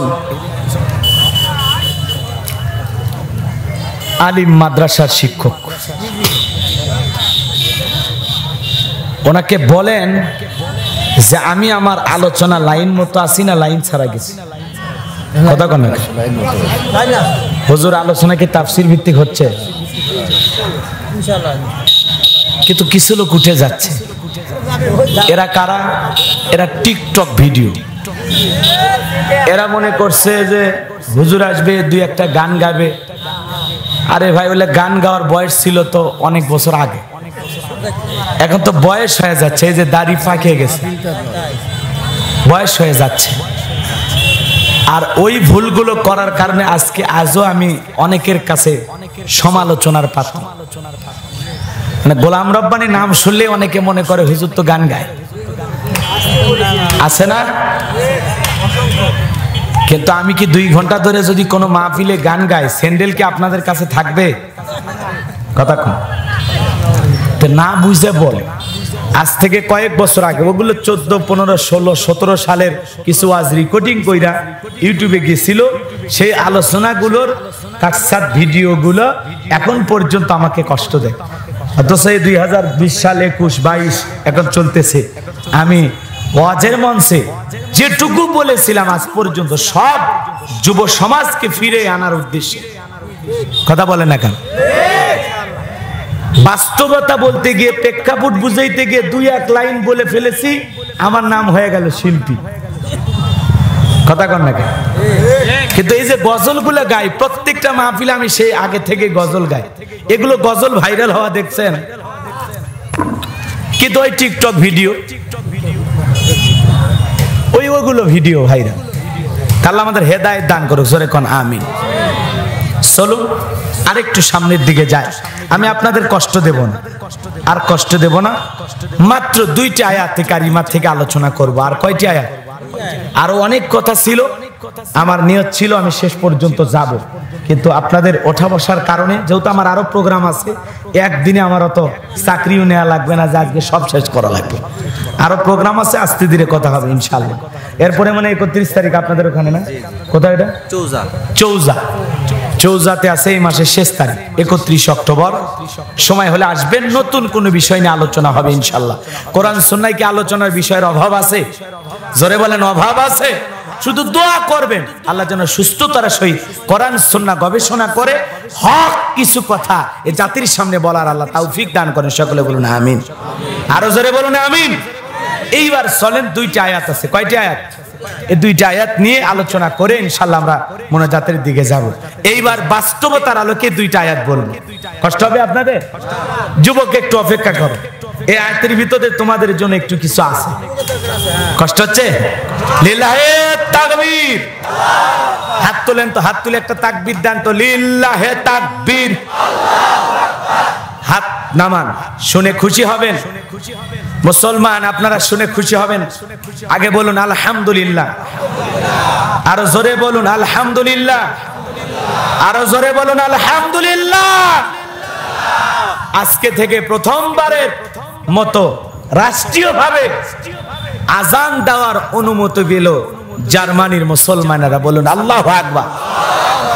আরো জোরে বলুন আল্লাহু আকবার। জার্মানিতে রাষ্ট্রীয়ভাবে ঘোষণা করা হয়েছে মুসলমানেরা উন্মুক্ত পরিবেশে জোর গলায় আল্লাহু আকবারের আযান দিতে পারবে। বলুন আল্লাহু আকবার। এটা মুসলমানদের জন্য অনেক বড় পাওয়া। কথা বলেন ঠিক কিনা? কিছু কিছু দেশ আছে যেখানে মুসলমানেরা প্রকাশ্যে আযান দিতে পারে না, প্রকাশ্যে সালাত আদায় করতে পারে না। শত নির্যাতন জুলুমের ভিতরেও সেই দেশের মুসলমান ভাইয়েরা ঈমানের পরীক্ষা দিয়ে ঈমানের পথে এখনো টিকে আছে। কথা বলেন ঠিক কিনা? জার্মানিতে প্রকাশ্যে আযান হচ্ছে। আল্লাহু আকবার বলেন। আল্লাহু আকবার, আল্লাহু আকবার। এখন পুরো জার্মানিতে আল্লাহু আকবার স্লোগান। আল্লাহু আকবার বলেন। কোন দেশে যদি রাষ্ট্রীয়ভাবে অনুমতি হয় আযান দেও, কথা বলেন না কেন? এটা মুসলমানদের জন্য একটা অনেক বড় পাওয়া না? আলহামদুলিল্লাহ, অনেক বড় পাওয়া। বিশ্বের অনেক দেশে এখন দিন দিন মুসলমানের সংখ্যা বৃদ্ধি পাচ্ছে। বলুন সুবহানাল্লাহ। আমেরিকার মতো একটি দেশে 1 কোটির উপরে এখন মুসলমান। আল্লাহু আকবার বলে। ভাইরা আমার, যে দেশে গড়ে 32 জনের মতো মানুষ প্রতিদিন কালেমা পড়ে মুসলমান হয়। আল্লাহু আকবার বলেন। আফ্রিকার একটা অঞ্চলে একটা গ্রামের পুরো গ্রামের সব মানুষ কালেমা পড়ে মুসলমান হয়েছে। বলুন সুবহানাল্লাহ। এই জন্য সেই দিন বেশি দূরে নয় যেদিন পুরো পৃথিবীর শাসন করবে আল্লাহর কোরআন। কথা বলেন ঠিক কিনা? পুরো পৃথিবী শাসন করবে ইমানদার মুসলমানেরা, আর এই তার সংবিধান হবে শুধুমাত্র কেবলমাত্র কোরআনুল কারীম। কথা বলেন ঠিক কিনা? একদিন পুরো পৃথিবী রাজ কায়েম করবে মুসলমানেরা। কথা বলেন ঠিক কিনা? আল্লাহ পাক সেই দিন অচিরেই আসবে ইনশাআল্লাহ। এজন্য হতাশাগ্রস্ত হওয়ার কোনো কারণ নাই, দুর্বল হওয়ার কোনো কারণ নাই। একটু অপেক্ষা করেন। ওরা একটু খামসা মারবে, ওরা একটু সিমটি মারবে, ওরা একটু কিল ঘুষি মারবে, ওরা একটু জেলের ভয় দেখাবে, ওরা একটু হুমকি ধমকি দেখবে। টেনশন পাওয়ার কোনো কারণ নাই।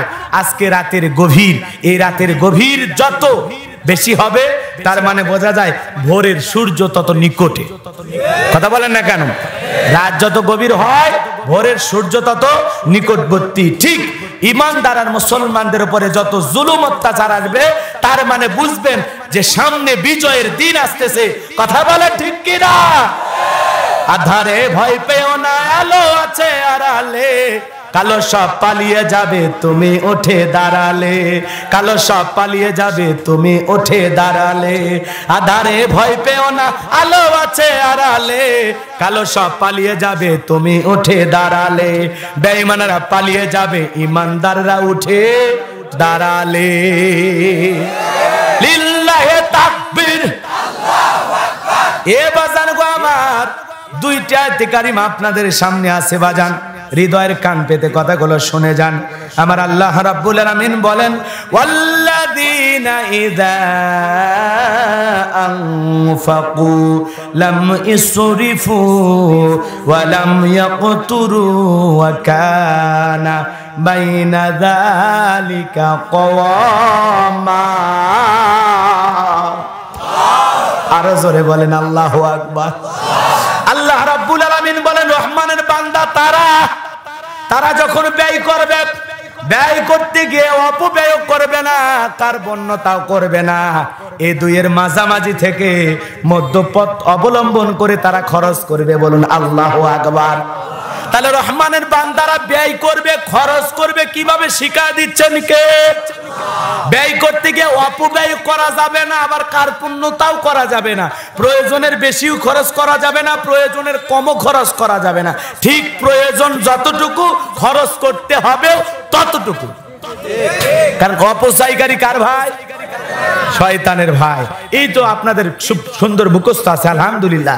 তাহলে আমি আপনাদেরকে বলি বাজান গো আমার, বান্দা ব্যয় করবে কিভাবে, ইমানদার খরচ করবে কিভাবে, সেইটা আল্লাহ পাক জানায় দিচ্ছেন। বলেন আল্লাহু আকবার। সূরা ফুরকান আয়াত নাম্বার 67 নাম্বার আয়াতে আল্লাহ পাক বললেন, তারা ব্যয় করতে গিয়ে অপব্যয় করবে না, কার্পণ্যতাও করবে না, এ দুইয়ের মাঝামাঝি মধ্যপথ অবলম্বন করে খরচ করবে। বলুন সুবহানাল্লাহ। এইবার আসুন তো আপনাদেরকে একটু বলি, বলেন তো আমাদের সমাজে অপব্যয় আছে না নাই? কম না বেশি? কথা কন না কেন? কম না বেশি? মুসলমানের বিয়ে হয়? কথা কন না কেন? আপনার আমার এলাকাতে বিয়ে আছে তো? নওগাঁয় বিয়ে হয়? মুসলমানের বিয়েতে গায়ে হলুদের নামে যে অনুষ্ঠান করা হয়, হাজার হাজার টাকা খরচ করে, এটার নাম কি? এই ব্যয় করা ফরজ, নফল না সুন্নত? কথা কন না কেন? অপব্যয়ের যে খাতগুলো আছে দুই একটা বলবো, সব বলার তো সময় নাই। তো প্রথম যেহেতু বিয়ে দিয়ে জীবন শুরুতে বিয়েতেই যায়। কথা কন না কেন? কারণ বিয়ে আছে যেখানে বরকত আছে, আর জিনা আছে যেখানে ধ্বংস আছে। যে সমাজে বিয়ে কঠিন সেই সমাজে জিনা সহজ, আর যে সমাজে বিয়ে সহজ সেই সমাজে জিনা থাকে না। এটা বোঝা লাগবে। চলুন সামনের দিকে যাই। আমাদের মুসলমানের বিয়ে হয়, এই বিয়েতে বিয়ের আগের দিনের যে অনুষ্ঠান, এটার নাম দিছি আমরা গায়ে হলুদ। আজ রুবেলের গায়ে হলুদ আছে না? মুরব্বী কি সুন্দর একটা মঞ্চ বানাইছে। এই যে আমরা যেরকম মঞ্চে আলোচনা করতেছি, হলুদের এরকম একটা মঞ্চ বানায়। কথা কন না কেন? এই যে যুবক আবার নাম দিচ্ছে হলুদ সন্ধ্যা। ওই হলুদ সন্ধ্যার দিনে আবার সঙ্গীত সন্ধ্যা হয়, ডিজে সন্ধ্যা হয়, নাচানাচি হয়, তরুণ তরুণীরা লাফায়া লাফায়া নাচে। আছে না? না। ওই হলুদের নামে কত ধরনের যে গুনাহ হয় মুসলমান টেরও পায় না। কথা বলেন না কেন? ভালো করে বোঝার চেষ্টা করবেন বাজান গো আমার। অপব্যয় থেকে নিজেদেরকে বেঁচে রাখতে হবে। এই জন্য দুই একটা কথা তুলে না ধরলে বুঝবেন না। হলুদের নামে মুসলমানের বিয়েতে যে অনুষ্ঠান করা হয়, নিঃসন্দেহে এটা একটা অপব্যয়, প্রয়োজনের অতিরিক্ত খরচ। কথা বলেন না কেন? অপ্রয়োজনীয় একটি খরচ। কোন আলেম কি বলেছে গায়ে হলুদের অনুষ্ঠান বাধ্যতামূলক? তাহলে কেন করেন? আরে হলুদের অনুষ্ঠানে দেখবেন যে ছেলে রুবেল বিয়ে করতেছে, সকালবেলা একটা গেঞ্জি লুঙ্গি আর গামছা পইরা এরকম হলুদের মঞ্চে বৈশা, এক সাইডে কিছু খাবার, ফলমূল, মিষ্টি, পায়েস এগুলো নিয়ে বৈশা আছে, আর এক সাইডে খাবারের প্লেট না, এটা ফাঁকা একটা প্লেট, ওইটা রাখছে ডিজিটাল ফকির। কি ফকির? এই পাশে খাবার আর এই পাশে একটা ফাঁকা প্লেট থাকে, থাকে না? ওই ফাঁকা প্লেট কেন? কারণ এ বিয়ে করবে কালকে, আজকে হলো গায়ে হলুদ, তো শ্বশুর বাড়ির কিছু লোকজনের গায়ে হলুদ দিতে আসবে, তো খালি খালি ওনারা যাবে কেন? এই জন্য ভিক্ষার জন্য এই থালা পেতে বসে আছে যে আমার কিছু দিয়ে যাও, আমার বইয়ের কিছু কেনাকাটা বাকি আছে, এই টাকা দিয়ে আমার খরচ করতে হবে। কথা কোন ঠিক কিনা? মুসলমান কোনদিন এই ধরনের অনুষ্ঠান করতে পারে? ফাঁকা একটা প্লেট রাইখে দিছে টাকা পাওয়ার উদ্দেশ্যে। কথা কোন? কৃষি খেতে যে ডিপ দিয়ে পানি দেওয়া হয়, হ্যাঁ ওইটাতে হালকা হয়। তো যাই হোক, আপনাদের এলাকায় কি হয় আমি জানি না, তো কথা বেশি হবে, আমি সামনের দিকে যাই। কষ্ট পাচ্ছেন আপনারা? মেয়ে পক্ষের কয়েক দল তরুণী সেজে গুজে টমটমে চইরা ছেলের বাড়িতে আসছে ছেলের গায়ে হলুদ দেওয়ার জন্য, কারণ ছেলে তো প্রতিবন্ধী, নিজের গায়ে হলুদ দেওয়ার শক্তি নেই। কথা কন না? কথাগুলো বলতেছে একটু খোসা মেরে কষ্ট দিয়ে, তারপরেও যদি ফিরে আসেন আলহামদুলিল্লাহ। কথাগুলো কষ্ট অনেকেরই লাগতে পারে যারা এ রোগে আক্রান্ত। ভালো করে বোঝার চেষ্টা করবেন বাজান। শালিগুলো সাইজা গুইজা বিয়ের আগে আসছে দুলা ভাইকে হলুদ দেওয়ার জন্য, নাকি মেয়ে পক্ষের যারা আছে সবাই পুরুষ মানুষ? পুরুষ না মেয়ে? পুরুষ না মেয়ে? খালি মেয়ে মানে অবিবাহিত মেয়ে, যেগুলো শালি ওগুলো আসছে। এসে দুলাভাইকে দেখে তো কয় চমৎকার, মাশাআল্লাহ, আমার বোন ভাগ্য গুণে একটা আপনার মতো স্বামী পাচ্ছে, আমারও তো মনে মনে সাধনা পাবো আপনার মতো একটা জামাই। বলতেছে আজকে এত বিস্তারিত বলার দরকার না, আশেপাশে মানুষজন আছে, আমার চাইতে ভালো একটা হিরো তোমার জন্য দিব। কথা কন না কে? এইবার বাজান গো, আমার মেয়েটা হলুদ লাগা দিতেছে দুলা ভাইয়ের মুখের ভিতরে। বলেন তো, বিয়ের আগে শালির হাতে গায়ে হলুদের নামে এই যে মুখমণ্ডলে হলুদ লাগায় দিতেছে, এটা কখনো কোনোদিন কি জায়েজ ছিল? এটা কখনো জায়েজ হতে পারে? জোরে বলেন পারে? যেখানে দেখায় হারাম আর তাস কি হচ্ছে? টাস টাস। কথা বোঝেন নাই? এইভাবে দুলাভাইয়ের গায়ে হলুদ দিয়া ওই যে মিষ্টির যে ভান্ডার আছে ওখান থেকে একটা চামচে নিয়ে বলে দুলা ভাই হা করেন নইলে কলিজা ফুটা করবে। ওই কথা বইলে দুলা ভাইকে খাওয়ানোর জন্য মিষ্টি এরকম ধরছে চামচের মধ্যে, দুলা ভাই হা করেন। দুলা ভাই হা করে বসে আছে।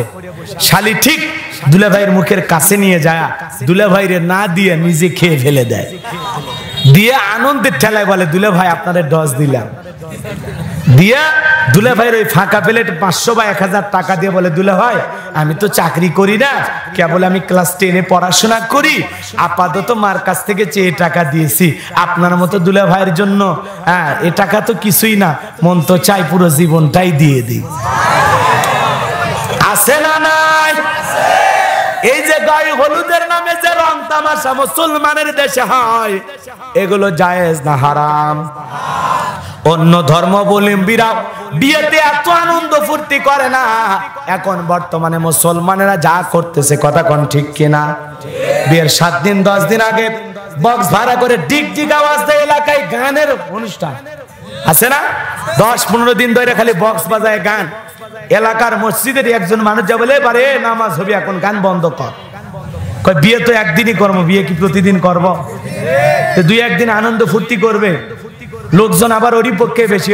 মুরব্বী আপনি মসজিদে যান তো, বাপরে বাপ বিরাট বড় মুসল্লি, গান বন্ধ করবে আসছে, আছে না নাই? আরে বক্সের যে ডিক ডিক আওয়াজ, মানে ওই বক্সের আওয়াজে মাটি পর্যন্ত কাঁপতেছে, কথা কোন ঠিক কিনা? আছে না না? কোন মানুষের হাত যদি দুর্বল থাকে আর ওই গানের আওয়াজ যদি ওই মানে ওই কাছে যায়, ওই শোনে, ওই জায়গায় স্ট্রোক করবে। কথা কোন ঠিক কিনা? এই জন্য মুসলমান কোনদিন গায়ে হলুদের নামে এই ধরনের অনুষ্ঠান করতে পারে। আবার ছেলে পক্ষের কয়েকজন যায় মেয়ের বাড়িতে হলুদ লাগায়া দেয়, আছে না? না যায় বলতেছে ভাবি মনে কিছু নিবেন না, যে রুবেলের সাথে বিয়ে হচ্ছে আমি তার বাল্যকালের বন্ধু। বন্ধু যায় বন্ধুর বউকে হলুদ মাখায়া দিচ্ছে। জোরে বলেন নাউজুবিল্লাহ, আরো জোরে বলেন নাউজুবিল্লাহ। তাহলে বিয়ের আগে এই যে গান বাজনা করা, গায়ে হলুদের নামে রং তামাশা করা, ডিজে পার্টি করা, হলুদ সন্ধ্যা, এগুলো মুসলমান করতে পারে? এগুলো অপব্যয় থেকে মুসলমানকে ফিরে আসতে হবে। নাকি বক্স ফ্রি দেয়, টাকা লাগে না? এই ডেকোরেটরে ভাই খবর কি? বিয়ের বাড়িতে 7 দিনের বক্সের ভাড়া কত?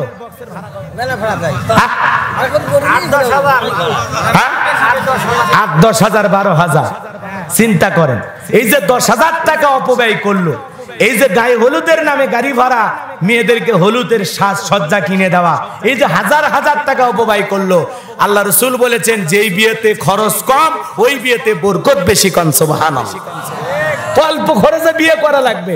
বিয়ের মূল খরচ হলো খালি মেয়ের মহরানাটা পরিশোধ করা। মেয়ের অধিকার হলো মহরানা, এটা ছেলে শুধু পরিশোধ করবে। এটা একটা মোটা অঙ্কের টাকা হতে পারে। এছাড়া বিয়ের যত খরচ আছে যত কমানো যায়। কথা বলে না কেন? বোঝা গেল? বোঝা গেল? কারণ বিয়ের পরে টাকা দরকার আছে। বউ চালাবেন কি দিয়ে? টাকা লাগবে না? তো এত খরচ করে 3 লাখ 4 লাখ দেনা করে খরচ করে লাভ কি? কিস্তির উপরে নিয়ে খরচ কইরা পরে বইয়ের শাড়ি বিক্রি করে, গহনা বিক্রি করে, শ্বশুর বাড়ির দিয়ে ফ্রিজ বিক্রি করে, নতুন বউ চোখের পানি ছেড়ে দিয়ে কাঁদে আর কয় এই কোন হারামির সাথে বিয়ে হয়েছে। কথা কোন ঠিক কিনা? এই জন্য বলতে চাই বাজানো গো আমার, ভালো করে বুঝবেন বিয়েতে এগুলো অতিরিক্ত খরচ করা যাবে। আল্লাহ রাসূলের দরবারে একজন সাহাবী হাজির হলেন। বিশ্বনবী তাকায় দেখে সাহাবীর শরীরে হলুদ লাগানো। জিজ্ঞাসা করে, ও আমার সাহাবী, তোমার মনে হয় গতকালকে বিয়ে হয়েছে? সাহাবী ডেকে বলে, ইয়া রাসূলুল্লাহ, ইয়া হাবিবাল্লাহ, হুজুর গতকালকে রাত্রিতে আমার বিয়ে হয়ে গেছে, আর আমার প্রিয়তমা স্ত্রী আমার গায়ে হলুদ লাগায়া দিয়েছেন। আল্লাহু আকবার। আল্লাহ রাসূল শোনার পরে ডেকে বলে, আমার সাহাবী বড় খুশি হইলাম, বড় খুশি হইলাম। কোন স্ত্রী যদি তার স্বামীর গায়ে হলুদ লাগায়া দেয় এটা একজন ইমানদারের জন্য জায়েজ আছে। বলেন সুবহানাল্লাহ। তাহলে স্ত্রী যদি স্বামীর গায়ে হলুদ লাগায়া দেয় কি আছে? জোরে বলেন কি আছে? জায়েজ আছে। তাই বলে ওই রকম অনুষ্ঠান কইরা না। আপনার যদি হলুদ মাখানোর এতই শখ থাকে, বিয়ের রাতে বাসর ঘরে লোকজনকে বিদায় করায়া দিয়া যখন বাসর ঘরে দরজাটা লাগায়া দিয়েছেন, ভিতরে প্রবেশ কইরা 2 বাটি হলুদ রাখবেন। সারা রাত 2 জন একে অপরকে হলুদ লাগায়া রাত কাটায়া দিবেন, তাতে কোনো সমস্যা নাই। জায়েজ আছে, জায়েজ আছে। স্বামী স্ত্রীকে হলুদ লাগাইতে পারবে, স্ত্রী স্বামীর গায়ে হলুদ লাগাইতে পারবে। এই ধরনের হলুদের অনুষ্ঠান ইমানদারের জন্য জায়েজ আছে। কিন্তু আমাদের দেশে প্রচলিত যে হলুদের অনুষ্ঠান হয় এটা জায়েজ নাই, এটা হারাম। হারাম। বুঝেছেন নাকি? আরো বলা লাগবে। আরো অপব্যয় আছে অনেক ধরনের। আপনি মুসলমান হয়ে মাসে 10,000 টাকার বিড়ি সিগারেট খান, ইয়াবা ফেন্সিডিল গাঁজা মদ কিনে খান, জুয়া খেলেন, এ কথা কন না কে? এই যে বিশ্বকাপ খেলা শুরু হবে, কত যুবক জুয়া ধইরা মারামারি করবে। বল আজকে অস্ট্রেলিয়া জিতবে নাকি ভারত? বল আজকে পাকিস্তান জিতবে নাকি ভারত? কথা কন না কে? আছে না নাই? এই যে IPL এ, BPL এ, এই যে বিশ্বকাপ T20 এগুলো যে হয়, এগুলোতে যুবকেরা জুয়া খেলে। জুয়া বোঝেন? বোঝেন? আপনাদের এলাকায় হয় কিনা আমি জানি না।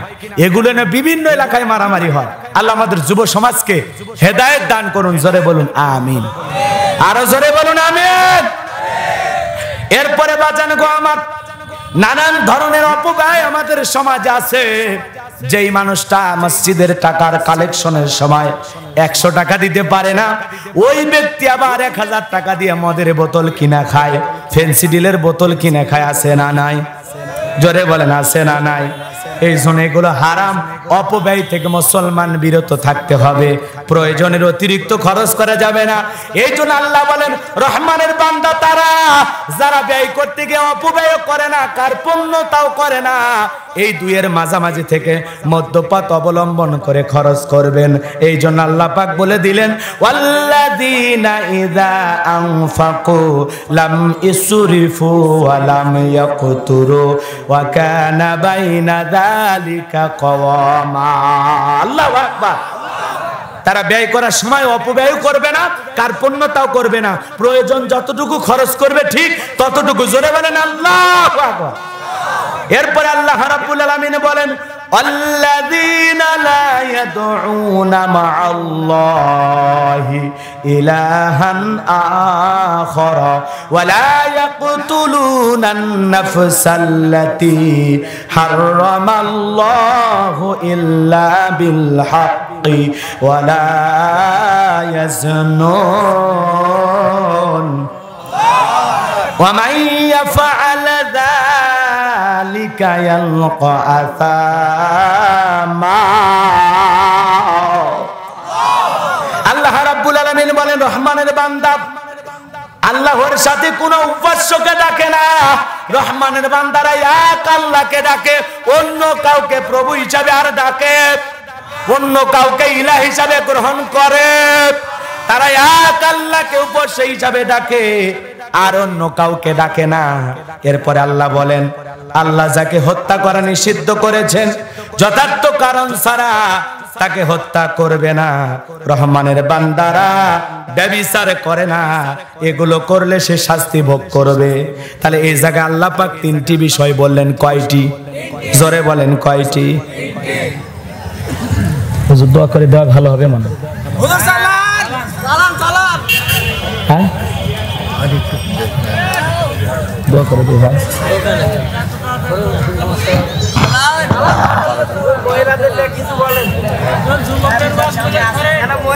ওই যে হয়ে গেল, আরো আছে। এই দুইটা আয়াত তো তোদের জন্য রে।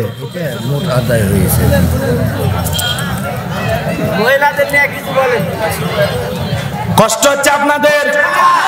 তাহলে অনেকে যে চলে যাচ্ছেন রাগ করে। আচ্ছা যাই হোক, একটা আয়াত যেহেতু তিলাওয়াত করেছি এটা শেষ করে দিয়ে চলে যাব ইনশাআল্লাহ। তাহলে রহমানের বান্দারা আল্লাহ ছাড়া অন্য কাউকে উপাস্য হিসেবে ডাকতে পারে?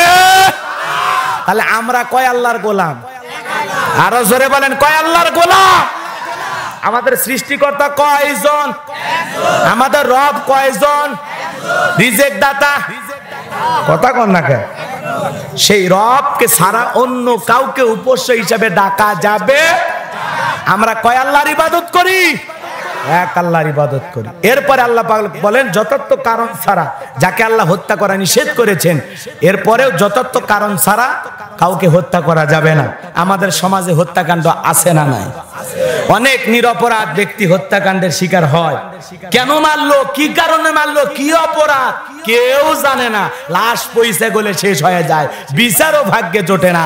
কথা বলে ঠিক কিনা? এই জন্য আল্লাহ রাসূল বলেছেন কিয়ামতের আগে নিহত ব্যক্তি জানবে না তাকে কেন হত্যা করা হলো, আবার হত্যাকারী ব্যক্তিও জানবে না লোকটাকে কেনই বা হত্যা করলাম।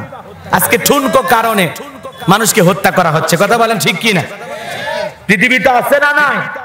এরপরে আল্লাহ পাক বলেন ওয়ালা ইয়াজনুন, তোমরা ব্যভিচারী করো না। কি করো না? ব্যভিচারী করো না, জিনা করো না। কি করো না? এই জায়গায় আমার একটা হাদিস মনে হয়ে গেল, ভালো করে শোনেন। আল্লাহ রাসূলের দরবারে একজন সাহাবী হাজির হলেন, জিজ্ঞাসা করলেন নবী গো সবচাইতে বড় গুনাহ বড় অপরাধ কোনটি? আল্লাহ রাসূল বললেন সবচাইতে বড় গুনাহ বড় অপরাধ হলো আল্লাহর সাথে কাউকে শরীক করা। কথা কন না? আল্লাহর সাথে কাউকে শরীক করা। এরপরে সাহাবী জিজ্ঞাসা করলেন নবী গো এরপরে বড় গুনাহ বড় অপরাধ কোনটি? আল্লাহ রাসূল বললেন নিরপরাধ কোন ব্যক্তিকে হত্যা করা। এই আয়াতের সাথে হাদিসটা মিলে যায় না? লিল্লাহি তাকবীর বলেন। কষ্ট হচ্ছে? নিরপরাধ ব্যক্তিকে হত্যা করা কি জায়েজ না হারাম? এরপরে আল্লাহ রাসূলকে সাহাবী জিজ্ঞাসা করলেন, নবী গো, এরপরে বড় গুনাহ বড় অপরাধ কোনটি? আল্লাহ রাসূল বললেন, প্রতিবেশীর স্ত্রীর সাথে জিনা করা। কার সাথে? প্রতিবেশীর স্ত্রীর সাথে জিনা করা, যেটা আমাদের সমাজে অহরহ হয়। বাংলাদেশে না হলেও ভারতে হয়। প্রতিবেশীর স্ত্রীর সাথে জিনা আছে না? নিজের বউরে ভালো লাগে না, পাশের বাড়ির ভাবিরে দেইকে কয়, ভাবি আপনার দেইকে বোঝার কোন উপায় নাই যে আপনি দুইটা সন্তানের মা। দেইকে তো মনে হয় আরেকবার বিয়ে দেওয়া যাবে। আছে না নাই? এই বদমাইশ, বিয়ে যদি না হয় তো ভাবিটা কিস কেমনে? কথা কন না কেন? এরকম সমাজে আছে না? না, প্রতিবেশীর স্ত্রীর সাথে জিনা করা।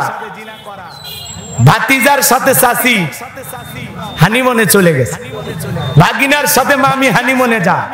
আছে না? না, স্বামী বিদেশে, 4টা সন্তান রাইখা বউ আর একটা ছেলের হাত ধরে চলে যায়। আছে না? নাই? এই পরকীয়ার কারণে পুরো বাংলাদেশের অসংখ্য সংসার এখন ভেঙে যাচ্ছে, নষ্ট হচ্ছে। অসংখ্য পরিবার ধুকে ধুকে মরতেছে, অসংখ্য ছেলের জীবন নষ্ট হয়ে যাচ্ছে। কথা বলেন ঠিক কিনা? পরকীয়া এটা মহামারীর চাইতে বড় ভাইরাস। বাংলাদেশে যেভাবে পরকীয়া শুরু হয়েছে, কোন ছেলে যদি বিদেশে থাকে আর বউ যদি বাড়িতে রাইখে যায়, ওরা আশেপাশে দেবরের সংখ্যা কমে না বাড়ে। ভাই ভাবি কিছু লাগলে আমারে বইলেন, বাজার থেকে আইনে দেব। আছে না? নাই? তার মানে ওই এমন কায়দায় খোঁজ খবর নাই, মনে হয় স্বামী বিদেশে নাই। এও একটা কথা কর না খায়। ভাবির দায়িত্ব নিতে চায়, কি দায়িত্ববান ছেলে চিন্তা করছেন? আমাদের সমাজে এগুলো আছে না? নাই? এগুলো থেকে আমাদের বেঁচে থাকতে হবে। আজকে মা বোনেরা বলেন আর যুব সমাজ বলেন, অধিকাংশ মানুষ আজকে নষ্ট হয়ে যাচ্ছে এই প্রেম প্রীতি, এই যে পরকীয়া, এই যে ভালোবাসা, এই যে লাইলি মজনু। কথা বলেন ঠিক কিনা? বিয়ের আগে প্রেম ভালোবাসা হারাম, হারাম, হারাম। প্রেম ভালোবাসা যদি করা লাগে হালাল স্ত্রীর সাথে, যাকে আপনি হালাল ভাবে কালেমা পড়ে বিয়ে করেছেন, কবুল বলে বিয়ে করেছেন। কথা বলে ঠিক কিনা? 3টা কবুল বলে যারা বিয়ে করছেন, মুসলমান হিসাবে সাক্ষী রাইখা সেই হালাল স্ত্রীর সাথে আপনার যত রোমান্টিকতা, যত ভালোবাসা, যত আদর, যত মায়া, যত মহাব্বত, সব ওই হালাল স্ত্রীর জন্য। কথা বলেন ঠিক কিনা? ওই জন্য মা বোনদেরকে বলি, মা আপনাদের উদ্দেশ্যে 4টা কথা।